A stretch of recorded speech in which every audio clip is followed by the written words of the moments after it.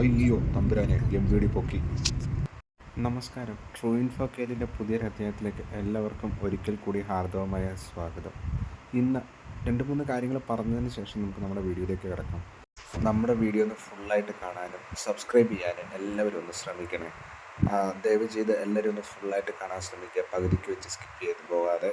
ഇതിൻ്റെ മുഴുവനും ട്രിപ്പിൻ്റെ മുഴുവൻ 2 പാർട്ടായിട്ടാണ് ചെയ്യുന്നത്. കാരണം വീഡിയോ ഒരുപാട് ലെങ്തായി പോകുന്നു എന്നുള്ളതുകൊണ്ട്. ഇതിൻ്റെ ഇടയ്ക്ക് ഡിയർ ഗൈസ് ഒരു വലിയ പ്രശ്നമുണ്ടായി. അത് എന്താണെന്നും കൂടി ഞാൻ പറയാം. നമ്മളിപ്പോൾ അവിടോട്ടേക്കാണ് പൊയ്ക്കൊണ്ടിരിക്കുന്നത്. അതായത് ഞാൻ തിരുവല്ലയിൽ നിന്ന് വാഗമണ്ണേക്ക് പോകുന്ന ട്രിപ്പ് ഒരു ഫണ്ടിന് വേണ്ടി മോളെയും കൊണ്ടാണ് പോയത്. പക്ഷേ അപ്രതീക്ഷിതമായിട്ട് ഒരു പ്രശ്നം വന്ന് മുമ്പിൽ പെട്ടു. നിങ്ങൾക്കത് കുറച്ചുകൂടെ കഴിയുമ്പോൾ കാണാൻ പറ്റും. അതൊരു വല്ലാത്തൊരു ബുദ്ധിമുട്ട് തന്നെയായിരുന്നു. കാരണം നിന്ന നിപ്പിലെ ഉല്ലാസത്തിൻ്റെ എല്ലാ തീവ്രതയും അണഞ്ഞുപോയൊരവസ്ഥയായിരുന്നു അന്നേരം സംഭവിച്ചത്. ഞാൻ നിങ്ങളെ ആ വഴിക്കോട്ടാണ് കൂട്ടിക്കൊണ്ട് പോകുന്നത്. അതായത് പെട്ടെന്നുണ്ടായൊരു സംഭവമാണ്. അപ്പോൾ ഞാൻ നിങ്ങൾക്ക് ഒന്ന് കാണിച്ചു തരാം. അതായത് ഞങ്ങൾ യാത്ര തുടങ്ങി കുറച്ച് കഴിഞ്ഞപ്പോഴത്തേക്കിനും നമ്മൾ ശരിക്കും പെട്ടു. ജാങ്കോ, നീ അറിഞ്ഞ ഞാൻ പെട്ടു. കണ്ടോ? നിങ്ങൾ കണ്ടില്ലേ? അതായത് നിസാരം നമ്മുടെ വണ്ടിയിൽ യാതൊരുവിധ മോഡിഫിക്കേഷനും ചെയ്തിട്ടില്ല. അതായത് നമ്മുടെ സ്റ്റോക്ക് കണ്ടീഷനിൽ തന്നെയാണ് നമ്മുടെ കാറുള്ളത്. എന്നിരുന്നിട്ടും സംഭവിച്ചു ഒരു ചെറിയ പ്രശ്നം. എന്നിട്ട് എന്താണ്, ഫൈൻ കിട്ടിയോ എന്നായിരിക്കും നിങ്ങൾ അന്വേഷിക്കാൻ പോകുന്നത്. അതെ, ഫൈനൊന്നും കിട്ടിയില്ല. പ്രശ്നം ഇത്രേ ഉണ്ടായിരുന്നുള്ളൂ. ഞാൻ കൂളിംഗ് ഫിലിമിന് പകരം സൺസ്ക്രീൻ എന്ന് പറയുന്ന സംവിധാനം കാറിൽ ചെയ്തു. അതായത് ഡാർക്ക് സ്ക്രീൻ ഞാൻ എടുത്തു മാറ്റാവുന്ന തരത്തിലുള്ള സ്ക്രീൻ ഞാൻ കാറിനകത്ത് ചെയ്തു.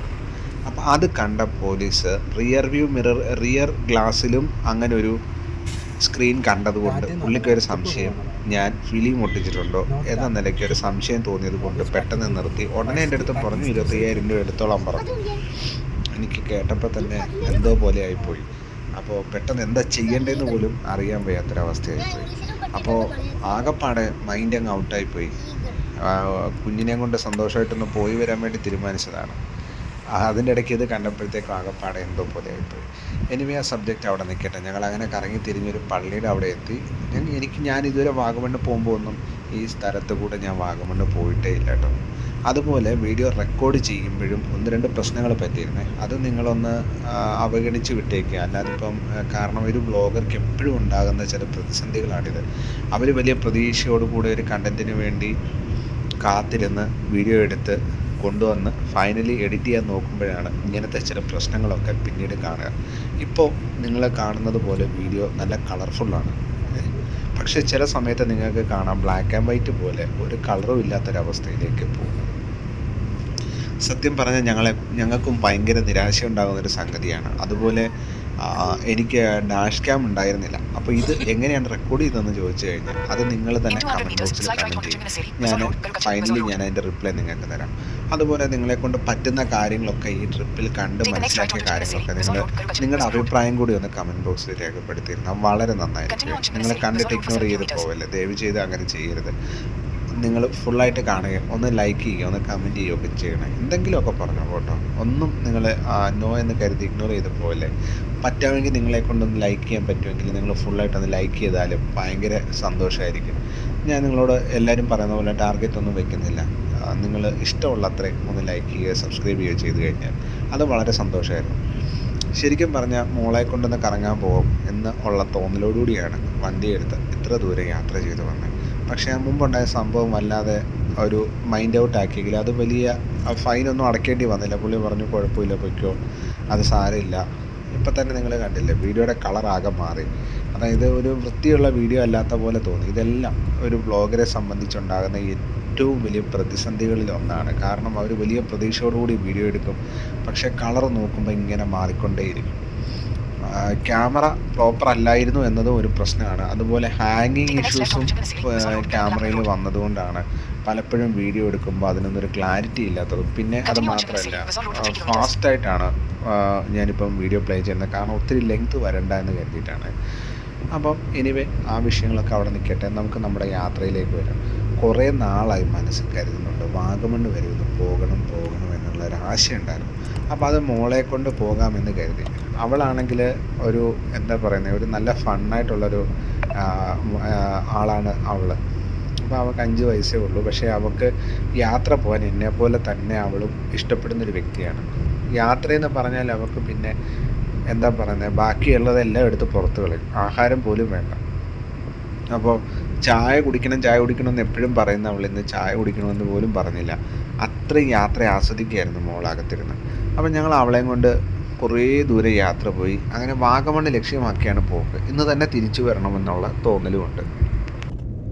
വാഗമൺ എത്തുക, എല്ലാം എക്സ്പ്ലോർ ചെയ്യുക, മോളെ കൊണ്ടുവന്ന് കളിക്കാൻ പോകുക, അവളെ പാർക്കിൽ കൊണ്ടുപോകുക, ഇതൊക്കെയാണ് ഇന്നത്തെ എൻ്റെ ലക്ഷ്യം എന്ന് പറയുന്നത്. ശരിക്കും പറഞ്ഞാൽ അവളെ കൊണ്ടുപോകുക എന്ന് മാത്രമായിരുന്നു ലക്ഷ്യം. എനിക്ക് തന്നെ പോകണമെന്നൊന്നും ഇല്ലായിരുന്നു. അതും കാറിലല്ല എനിക്ക് പോകാൻ ഇഷ്ടം ബൈക്കിലാണ്. പക്ഷേ അവളെയും കൊണ്ടായതുകൊണ്ട് ബൈക്കിൽ പോകുന്നത് റിസ്ക് ആണെന്ന് തോന്നിയിട്ട് ഞാനെന്നാൽ കാറും കൊണ്ടൊന്ന് പോയിട്ട് വരാമെന്ന് കരുതി. തന്നെയല്ല, സ്കൂൾ വെക്കേഷനല്ലേ, അപ്പോൾ അവളുടെ മൈൻഡൊന്ന് റിലാക്സ് ആയിക്കോളും എന്ന് കരുതിയിട്ടാണ് ഞാൻ വാഗമൺ ഒരു ട്രിപ്പ് പോകാം എന്ന് കരുതിയത്. അത് ഇൻസ്റ്റൻ്റായിട്ടുള്ളൊരു കാര്യം കൂടിയായിരുന്നു. ഇതിനകത്ത് കുറച്ച് ട്വിസ്റ്റുകൾ സംഭവിച്ചിട്ടുണ്ട്. ശരിക്കും പറഞ്ഞാൽ വഴി തെറ്റി പോയിട്ടാണ് ഞങ്ങൾ ലാസ്റ്റ് വാഗമൺ എത്തുന്നത്. ഞങ്ങൾ വാഗമൺ അല്ല തിരുവല്ലയുടെ പ്രാന്തപ്രദേശങ്ങളിൽ എവിടെയെങ്കിലും ഒരു പാർക്കിൽ കയറാമെന്ന് കരുതിയിട്ടാണ് ശരിക്കും പറഞ്ഞാൽ ഞാൻ തിരുവല്ലയിൽ നിന്നും വണ്ടിയെടുക്കുന്നത്. തിരുവല്ലയിൽ എൻ്റെ വീടാണോ? അല്ല. തിരുവല്ലയിൽ ഹോസ്പിറ്റൽ, ബിലീവേഴ്സ് ഹോസ്പിറ്റലിലേക്ക് വന്നതാണ്. എന്നാൽ പിന്നെ രാവിലെ മോളെയും കൊണ്ട് അതിന് സമയം ഒരുപാട് ബാക്കിയുണ്ട്, വൈകിട്ട് വീട്ടിൽ പോകുന്നതിന് മുന്നേ മോളെയും കൊണ്ടൊന്ന് കറങ്ങാൻ പോയതാണ് എന്ന് കരുതി. അങ്ങനെ ഒരാളോട് വഴി ചോദിച്ചു. വഴി എവിടേക്കോ പറഞ്ഞ് എനിക്കൊന്നും മനസ്സിലായില്ല. ഞാൻ വണ്ടിയെടുത്ത് പുള്ളി പറഞ്ഞ ഏകദേശം ഓർമ്മ വെച്ച് ഞാൻ കുറേ ദൂരമൊക്കെ ഡ്രൈവ് ചെയ്തു. പക്ഷേ പിന്നീട് എനിക്ക് മനസ്സിലായി ഞാൻ പോകുന്നത് പാർക്കിലോട്ടൊന്നുമല്ല. പിന്നെ ഞാൻ നേരെ വാഗമണിലേക്ക് ട്രിപ്പ് പ്ലാൻ ചെയ്തു. വാഗമൺ ആകുമ്പോൾ നല്ല ഫൺ ഓറിയൻറ്റഡ് ആയിട്ട് നമുക്ക് കുഞ്ഞുങ്ങൾക്ക് വേണ്ടുന്ന കാര്യങ്ങളൊക്കെ അവിടെ ഉണ്ടാകും എന്ന് കരുതി. അപ്പോൾ അല്പം ഒന്ന് തണുത്തിട്ടും കൂടി വരാമെന്ന് കരുതി. സത്യമായിട്ടും ഇവിടെ കണ്ടോ നിങ്ങൾ വീഡിയോ ക്ലിപ്പ് ശ്രദ്ധിച്ച് നോക്കിയേ. അതായത് ഇത് സ്പീഡ് കൂടിയിട്ടൊന്നുമല്ല, ഇതൊരു ഹാങ്ങിങ്ങിൻ്റെ പാർട്ടായിട്ട് വീഡിയോയിൽ ഉണ്ടാകുന്ന ഒരു ഇമേജ് പോലെ ഒരു പ്രശ്നമാണ്, ഇമേജിങ് പോലെ ഒരു പ്രശ്നമാണ്. അപ്പോൾ ഇതെന്താണ് സംഭവം എന്നൊന്നും പറഞ്ഞു തരാൻ എനിക്കും അറിയില്ല. അപ്പോൾ ഇങ്ങനെ കുറേ പ്രതിസന്ധികൾ ബ്ലോഗർമാർക്ക് നേരിടേണ്ടി വരും. അപ്പോൾ അതെല്ലാം തരണം ചെയ്തുകൊണ്ട് നമ്മൾ ഒരു വീഡിയോ പോസ്റ്റ് ചെയ്യാൻ ശ്രമിക്കുമ്പോൾ പലപ്പോഴും വ്യൂസ് കിട്ടാറില്ല, റീച്ച് കിട്ടാറില്ല, ലൈക്ക് കിട്ടാറില്ല, ആരും കമൻറ്റ് ചെയ്യാറില്ല. അഥവാ എന്തെങ്കിലും കമൻറ്റ് ചെയ്താൽ നെഗറ്റീവിനെ ഫോക്കസ് ചെയ്ത് കമൻറ്റ് ചെയ്യുക. നമ്മൾ പലപ്പോഴും കാണുന്ന കാര്യങ്ങളൊക്കെ റിയലായിട്ട് നിങ്ങളുടെ അടുത്ത് പറയുന്നു എന്നതാണ്. അതൊക്കെ പോട്ടെ. എനിവേ, നമ്മൾക്ക് നമ്മുടെ പ്രധാനപ്പെട്ട പോർഷനിലേക്ക് കിടക്കുക. ഞങ്ങളങ്ങനെ വാഗമണ്ണ് കയറി തുടങ്ങിയപ്പോൾ തൊട്ട് മോക്കൊരു വല്ലാത്ത സന്തോഷവും ആനന്ദവും ഒക്കെ കണ്ടപ്പോൾ എനിക്കും അതിലും ഏറെ ഇൻട്രസ്റ്റ് തോന്നി. പിന്നെ ഞങ്ങൾ അങ്ങനെ ഹൈ റേഞ്ചിൻ്റെ പരമോന്നതിയിലേക്ക് കയറിക്കൊണ്ടിരിക്കുകയാണ്. കാഴ്ചകളൊക്കെ ആസ്വദിച്ച് അവളും, കാഴ്ചകളൊക്കെ ആസ്വദിച്ച് ഞാനും. ഞങ്ങളങ്ങനെ എവിടെയെങ്കിലും വണ്ടി നിർത്താൻ പറ്റുമോ, കാറ് കൊണ്ട് വന്നാൽ ഇങ്ങനെയൊക്കെയുള്ള ചില പ്രശ്നങ്ങളുണ്ട്. സ്ഥലമുള്ളിടത്ത് വണ്ടി ഇറക്കാനൊക്കത്തില്ല, റോഡിൽ നിന്ന് നല്ല താഴ്ചയുണ്ടാവും, പടി തട്ടും എന്നൊക്കെയുള്ള ഭയം നിൽക്കുന്നുണ്ട്. അതുപോലെ ഞങ്ങൾ വളരെ ദൂരെ യാത്ര ചെയ്തു, വാഗമണ്ണ് വരെ എത്തി. തിരുവല്ലയിൽ നിന്ന് നിങ്ങൾക്കറിയാം വഴി തെറ്റി കുറേ കറങ്ങുകയും ചെയ്തു. അതിൻ്റെ ഒന്നും ക്ലിപ്പ് ഞാൻ ഇതിനകത്ത് ആഡ് ചെയ്തിട്ടില്ല. അങ്ങനെ ഫൈനലി ഞങ്ങൾ വാഗമണ്ണിലോട്ട് എത്തിക്കൊണ്ടിരിക്കുകയാണ്. അത്യാവശ്യം നല്ല കാഴ്ചകളൊക്കെ കണ്ടു തുടങ്ങിയെങ്കിലും കാലാവസ്ഥ വളരെ മോശമായതിൻ്റെയും പ്രകൃതി അതിൻ്റെ ബുദ്ധിമുട്ട് അനുഭവിക്കുന്നതിൻ്റെയും കാഴ്ചകളാണ് കൂടുതലും കാണാൻ കിട്ടുന്നത്. പ്രകൃതിയിലെ ജലസ്രോതസ്സുകളെല്ലാം വറ്റി വരണ്ടിരിക്കുന്നു.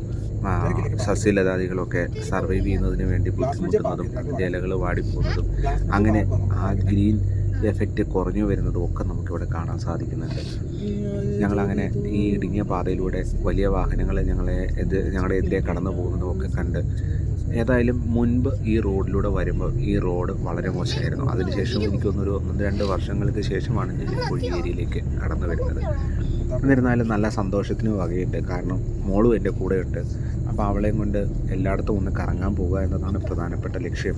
പക്ഷേ ഇപ്പോൾ കണ്ടു തുടങ്ങിയ കാഴ്ചകളൊക്കെ എന്ന് പറഞ്ഞാൽ വളരെ എക്സൈറ്റിംഗ് ആയിട്ടുള്ള കാഴ്ചയാണ്. എനിക്കിവിടെ വണ്ടി നിർത്തണമെന്നുണ്ട്. പക്ഷേ അവിടെ വീണ്ടും ഒന്നൊരു വണ്ടി ഒതുക്കാൻ സമയമോ സാധ്യതയോ ഇല്ലാത്ത ഒരു സാഹചര്യമായതുകൊണ്ട് വണ്ടി നേരെ അവിടെ നിന്ന് എടുത്തു.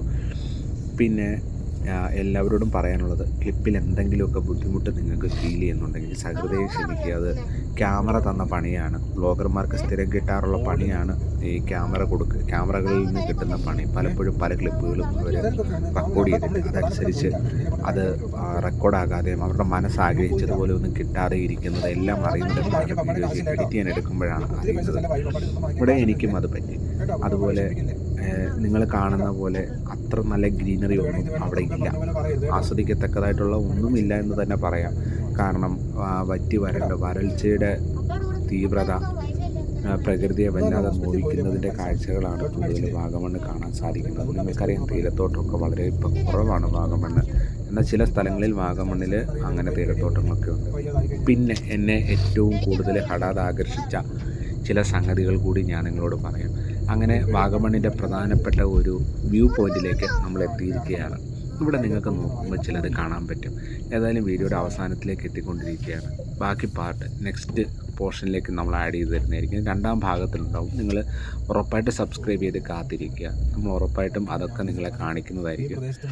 അപ്പോൾ ഇവിടെ നിങ്ങൾ കണ്ടല്ലോ, ഈ പ്രകൃതി അത്ര മനോഹരമായി കിടക്കുകയാണ്. പക്ഷേ ഇപ്പോഴത്തെ ചൂട് എന്ന് പറയുന്നത് നല്ല ചൂടാണ് കേട്ടോ.